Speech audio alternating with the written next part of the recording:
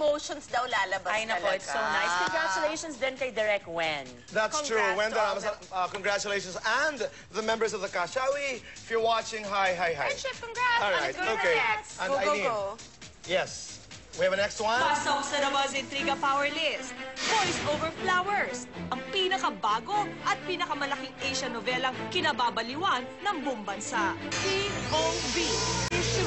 The F4 Fever is back. This time around, ang #1 Asian novelang Voice Over Flowers, ang pinagkakaguluhan ng mga tao. Sa loob lang ng isang linggo on air, di na may tangging ito na ang bagong usap-usapan ng bawat Pilipino. Unang pinakilig ng F4, ang buong bayan sa Meteor Garden. Ang phenomenal Taiwanese version ng best-selling Japanese manga na Hanayori Dango. At ngayon naman, di na nga mapigilan ang latest romantic comedy craze na hatid ng Voice Over Flowers sa manonood. Sana ako na lang si Jandy. Kim, we love you! Ay, ako, love na love ko ang Voice Over Flower, lalong-lalo na si Whoopi. No! Jiho, gabi-gabi inaabangan kita sa Voice Over Flower. I love you! Kahit bad boy si Junkyu, love ko pa rin siya. F4 forever. Ang Voice Over Flowers, ang isa sa mga pinaka-ingranding programa na nai-produce sa Korea.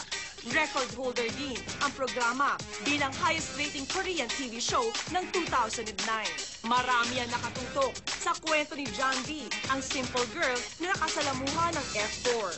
Ang grupo ng mga rich and cute heartthrobs na sina Jiho, Yijong, Woobin at Junkyo. Todo sa kilig and tender moments ni na Jandy at Jiho. At di naman papatalo ang kulitan ni na Jandy at Junkyo.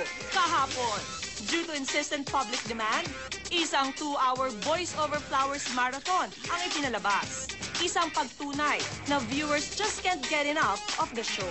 At bilang sagot sa kahilingan ng maraming taga-subaybay ng programa, simula bukas sa primetime bida ng ABS-CBN, isang swak na swap ang magaganap. Bukas, mas marami nang makakapanood ng Voice Over Flowers. Mapapanood na ang bagong paborito ng lahat pagkatapos ng Hot Shot at bago ng TV Patrol World. Habang ang Pinoy Bingo Night naman ay mapapanood na after ng tayong dalawa. POV, dahil sa F4 fever na kumalat na sa buong Pilipinas, pasok ang Voice Over Flowers sa Ramaz Intriga Power List. Sino gusto mo? Okay. Nagkakagulo po kami dahil kanya-kanya tayo gusto. You. Kim Junkyo. Junpyo.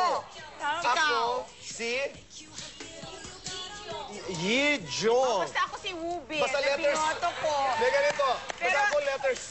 Ako lang ang bumoto sa kanya, di ba? Nung time na yun. Kami ang panalo. No, the reason I like him kasi magkakulay kami ng hair. Oo. Eh, Chris, iba naman ang taste mo talaga.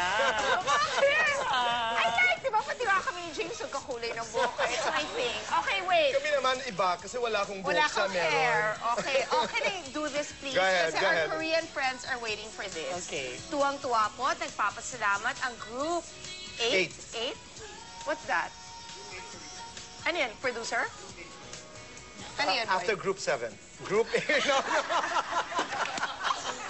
Uuwi na ako. Nilalagdat pa ako. Pinagtitripan mo ako. It's a I serious don't know. question. Group 8. So what would I say? I know. Go ahead, go ahead. Go ahead. Okay, Group go. 8. Siguro it's the name of a group. Oh, yun, si producer. Oh. Okay, ito na. Pasensya na po, nilalagdat kami talaga. Masakit Kami po. mag-asawa, pati yung anak. Yeah, kasi you know when you keep praying na don't let baby James be sick. Sa ako amin na lang, di ba? You were saying that. Talagang binigay sa amin. Okay. Tuwang-tuwa at nagpapasalamat ang Group 8. Sila po yung producers ng Korea at ang KBS sa success ng Voice Over Flowers sa kanilang unang linggo dito po sa ABS-CBN. Ang Group 8 at ang KBS nagpapasalamat po sa lahat ng fans and supporters sa Philippines at sa ABS-CBN for the promotions and the care that we're giving to the program Voice Over Flowers. And I have good news for all of you. They are coming. Wow! When are they coming? Soon. Soon. Soon. Nag-iipon pa tayo ng Before the pera. end of the month. Hindi. No, they will come. Yan na naman.